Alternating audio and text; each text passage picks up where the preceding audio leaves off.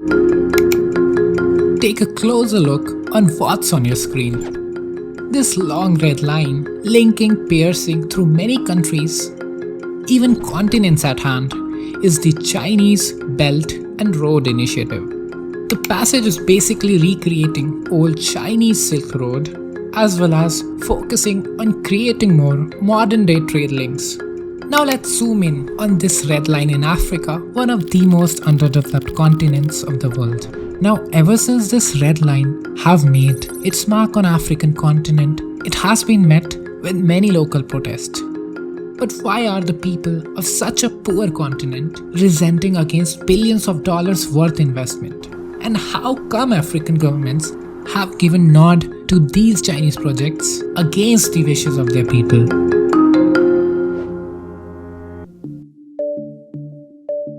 As a continent, no doubt, Africa is struggling to see its morning sun. Extreme poverty, countries with terrorist and insurgent groups, unstable governments, dictatorship, and shockingly, low human rights are the concerns that's eating the whole continent alive. So obviously, Africa needs to borrow money from other countries to solve these crises. China, of course, is Africa's largest bilateral creditor. What that means is, in last 4 years, China has invested a total of $71 billion in Africa. And that is just half the amount of total investment by China in past 2 decades. Over the last 4 years, China began promoting BRI in Africa, which explains the rise in investment.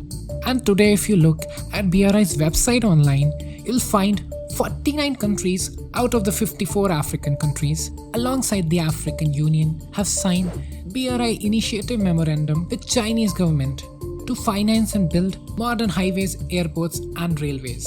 It's geared towards bringing on board everyone. The current trend of development on planet Earth is a development that cannot afford to leave anyone behind.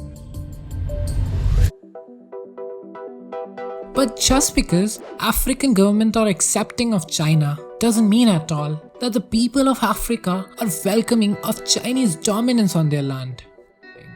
Trends highlight kidnapping of Chinese workers across Africa.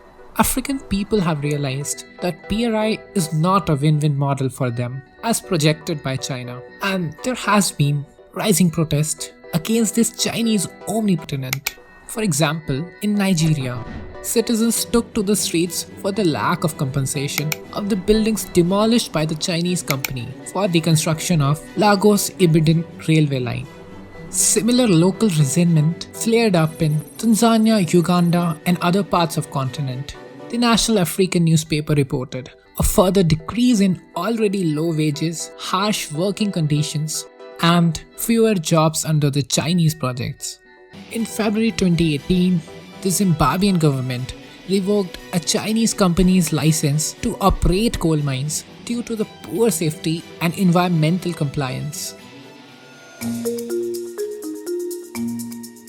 Even the African leaders have a lot to worry about. China's hostile economic foreign policy. China deliberately picks up high-risk projects and gives out loans at a very high rate. Even though Chinese investments are quick money, the debts are soaring so high that unless major development reforms meet Africa, it is difficult for Africa to come out of this debt trap. A major problem is that financing from Western countries is usually followed by strict guidelines, an inconvenience for poor African countries. On the other hand, China's financing strategy through a combination of grant aid and loans with a generous return policy is an attractive option for African countries. Government debt from China's interest-free loans due by the end of 2018 will be written off for indebted poor African countries. But this narrative, it looks almost too good to be true.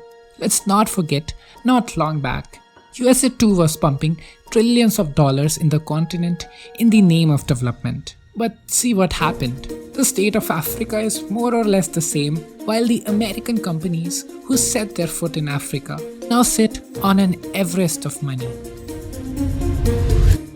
With that in mind, let's take a look at some of the things China is not telling us. Meanwhile, if you're interested in actually knowing what's going around the world, then don't forget to subscribe to this channel and press the bell icon below.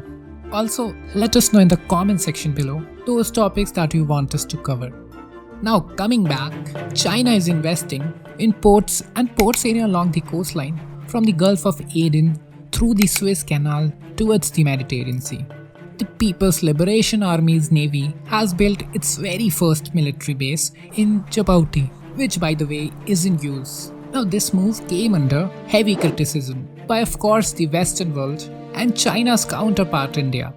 It is very clear that to serve its strategic interest, China could use its influence over these ports for economic and military surveillance and blockade of overseas without much say from African voices.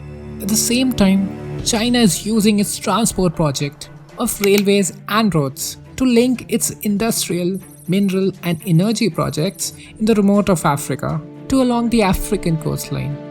Together these four sectors make up 90% of China's major projects in Africa. Take this for example. An oil refinery in the north of Sudan is located close to the railway line, connecting Port Sudan and Dakar port. And this way, China can use the maritime route to transport raw materials back to the mainland and bring back finished goods and Chinese labor to Africa. China assures the African leaders that growing military presence or opaque loan agreement is only to secure the foreign and economic policies. But the lack of transparency and the absence of projects that directly benefits local have raised suspicion and fueled local resentments.